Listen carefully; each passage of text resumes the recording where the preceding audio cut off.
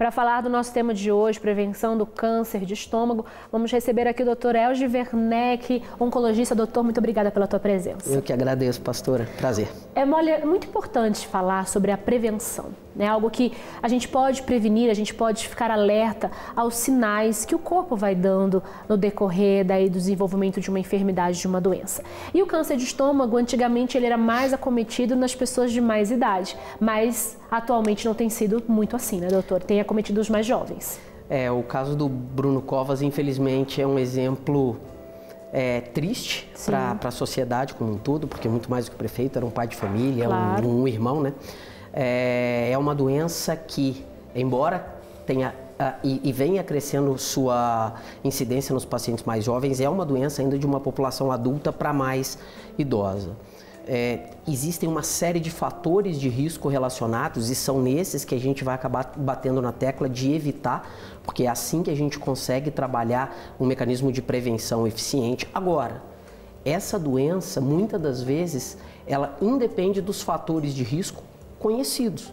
A gente tem um monte de fatores de risco que a gente não conhece, quais aqueles genes que a gente traz como carga hereditária dos nossos pais, ou quais aqueles genes que mudam durante a nossa vida e que vão dar origem ao câncer. Infelizmente, a gente não sabe tudo.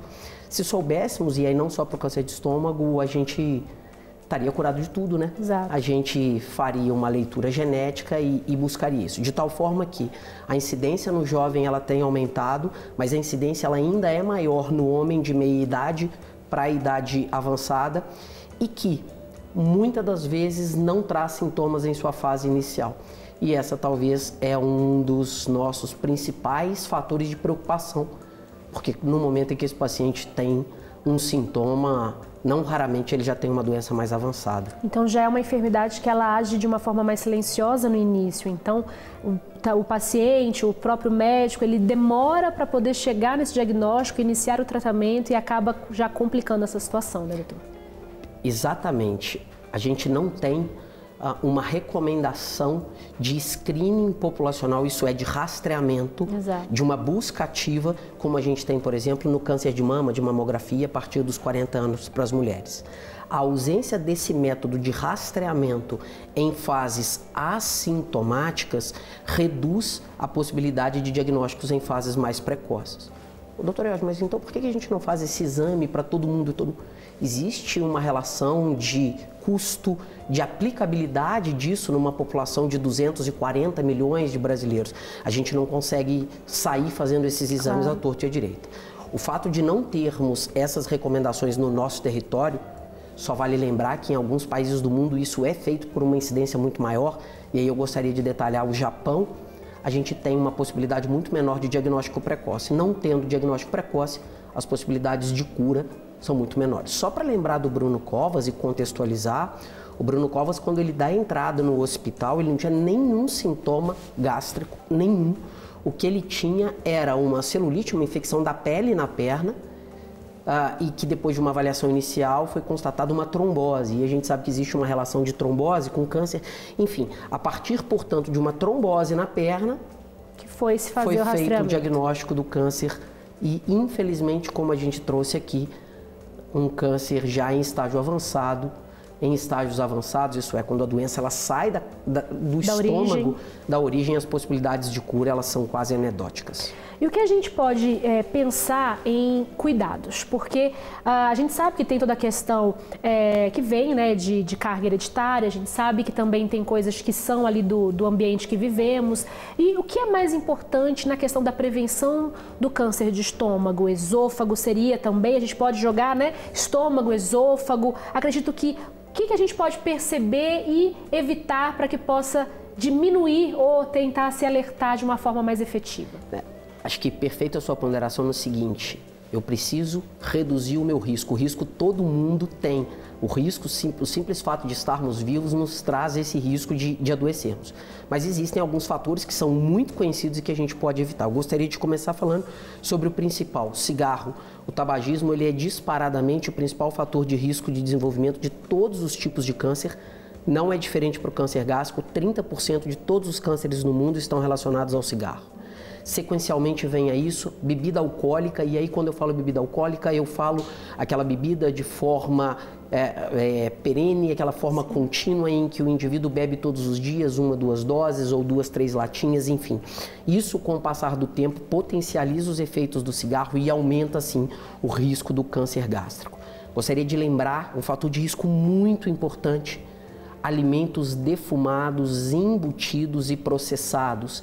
Então, aquele peito de peru defumado, aquela linguicinha que a gente deixa aquela casquinha preta, aquela picanha gostosa do final de semana que a gente faz com todo carinho e adora a casquinha, infelizmente aquilo tem que ser excepcional, porque aquilo é rico em nitrato e o nitrato é uma bomba para o desenvolvimento do câncer, não só gástrico, mas de vias biliares também. Não posso esquecer de trazer à tona dietas ricas em sal. O sal, ele gera um processo inflamatório na camada gástrica e isso é um fator muito consistente em desenvolvimento de câncer. Inclusive, como cultura geral, o principal divisor de incidência de câncer gástrico na humanidade foi o desenvolvimento da geladeira. Quando desenvolveu-se a geladeira, parou de salgar-se os alimentos não apodreciam mais. Consequentemente, as 2 décadas seguintes a isso, a incidência foi muito menor. Depois, com o passar do tempo, ela vai se normalizando. E para finalizar, gostaria de lembrar que a obesidade. A obesidade é um fator de risco independente para o câncer gástrico, mas cada vez a gente já sabe que a obesidade, por ser um processo inflamatório sistêmico, gera um estresse oxidativo nas nossas células. Isso aumenta a possibilidade de lesões de DNA, que é a parte mestre da nossa célula, né? Lesão de DNA invariavelmente vai levar essa célula a uma proliferação anormal, e dependendo de como estiverem os nossos mecanismos de controle, pode ser que a gente tenha origem de um câncer. O mais importante é saber que a qualidade de vida, cada dia, ela tem que ser mais cuidada de uma forma eficaz. Porque o que a gente percebe? O câncer de estômago hoje atingindo pessoas mais jovens. Por quê? Porque a alimentação se modificou demais, né? As pessoas hoje se alimentam de uma forma diferenciada, tudo é muito mais rápido, tudo abre mais do que descasca mais. Então a gente consegue perceber que as pessoas querem muito mais coisas processadas, embutidas. E o que pouca gente sabe, que o senhor comentou, que eu quero reafirmar aqui, são aquele churrasco, né? O churrasco, ele tem que ser uma coisa mais ali despassado, porque tudo isso traz um malefício muito grande, principalmente para o câncer de estômago, né, doutor? A gente precisa reafirmar isso. Nós estamos voltando, né? A humanidade, ela tem ciclos, né? E isso é muito interessante, e a gente está num momento em que parece que a gente chegou no máximo e a gente está começando a voltar para algumas coisas mais simples. Então a gente volta a comer o orgânico, a gente volta a comer o que está na terra, a gente evita comer a caixinha de colocar, tirar do congelador, que na minha juventude era o mais prático, e papai e mamãe nem sabiam o mal que isso fazia. Exato. Isso é prático. Aquilo é rico em conservantes, aquilo é rico em sódio, em açúcar, e esses componentes, eles são extremamente maléficos. Tanto olhando eles individualmente, quando vários estudos testam eles em ratinhos, por exemplo, quanto em dados populacionais. Só para lembrar, a gente tem uma série de estudos recentes, inclusive, mostrando que bebidas de refrigerante aumentam de forma muito significativa o risco de um monte de câncer, em especial de câncer do aparelho digestivo, pela concentração alta de açúcar. Mas é só eu tomar o 0. Não. Os adoçantes, eles também têm esse potencial carcinogênico. E como a gente não tem um segmento muito grande de estudos com esses adoçantes, estévia, sucralose, que são os mais novos, a gente não sabe nem realmente... O que ele tem de efeito? A magnitude do risco que isso tempo traz pra gente. Eu acho que vale, pastor, aqui deixar para o nosso telespectador o bom senso. Não precisa de abandonar a sua latinha de refrigerante no final de semana, uma vez ou outra na casa da vovó, e nem precisa de deixar de comer o churrasco quando a gente vai para o interior na casa do tio. Sim. Mas que isso não seja o nosso almoço ou jantar de todo dia, para que durante as nossas refeições diárias nós priorizemos alimentos frescos, in natura, processos não processados, não defumados, não embutidos. Quanto menos processos em si, embalar, exato, e se priorizar o descascar, como a gente disse, A gente chega no supermercado hoje e até uma laranja já está descascada. Não sei se faz muito sentido isso, mas enfim, é que nós tentemos trazer isso para o nosso dia a dia. Eu sempre deixo isso para os meus pacientes, vou deixar agora para os nossos espectadores. Eu sou do interior de Minas e eu lembro que quando a gente brincava de ir pescar, eu não podia demorar muito depois que eu pescasse para voltar para casa, porque 2, 3 horas do peixe fora da água e ele apodrecia. Sim. Me explica como que um atum dura 18 meses numa lata? Exato. Isso não tem explicação, Exatamente. a não ser que seja um peixe que eu não conheça a validade. Exatamente. Existe alguma coisa realmente que está colocado ali dentro e a gente não sabe a segurança. Na ausência de segurança, nos vale o bom senso e nos manter distante. De deixar e abandonar. Doutor, o que a gente pode fazer para perceber? Não, eu preciso procurar um gastro, eu preciso procurar um médico especialista, porque esse refluxo aqui já não é normal, aquela pessoa que sofre com refluxo já de forma recorrente, ou alguma dor de estômago que eu tenho sentido, eu como e sinto dores. Quando é o momento de eu falar, tenho que procurar um gastro? Como a gente disse aqui, não existe uma recomendação de que alguém que está em casa hoje busque de forma espontânea o médico assintomático. Eu gostaria de lembrar que quem deve ficar mais atento são aqueles indivíduos que têm os fatores de risco que eu citei na nossa fala anterior. Mas quando que você que está nos assistindo deve procurar um médico?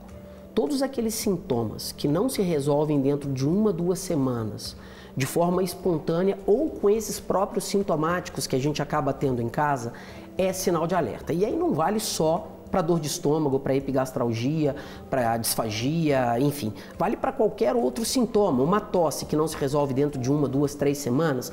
Eu estou com o joelho está inchado, mas ele não melhora em 1, 2 semanas, mesmo fazendo repouso. Enfim, todos esses sintomas que não são autorresolvidos dentro de 1, 2 semanas, deve fazer obrigatoriamente a gente ir ao médico.